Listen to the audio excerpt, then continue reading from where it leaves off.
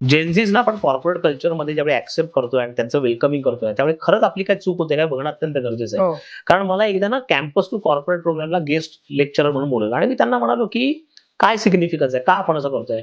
तर नाही, जेनझीजना शिस्त नाहीये, त्यांना हं. कॉर्पोरेटमध्ये कसं काम करायचं माहित नाही, ते 9 to 5 काम बसून करूच शकत नाहीत, त्यांना टार्गेट कसे घ्यायचे माहित नाही, कसं बोलायचं माहित नाही. आणि मी त्यांना म्हणालो, एक मिनिट, हे आपण एक्झॅक्टली चूक करतोय असं वाटत नाही का तुम्हाला?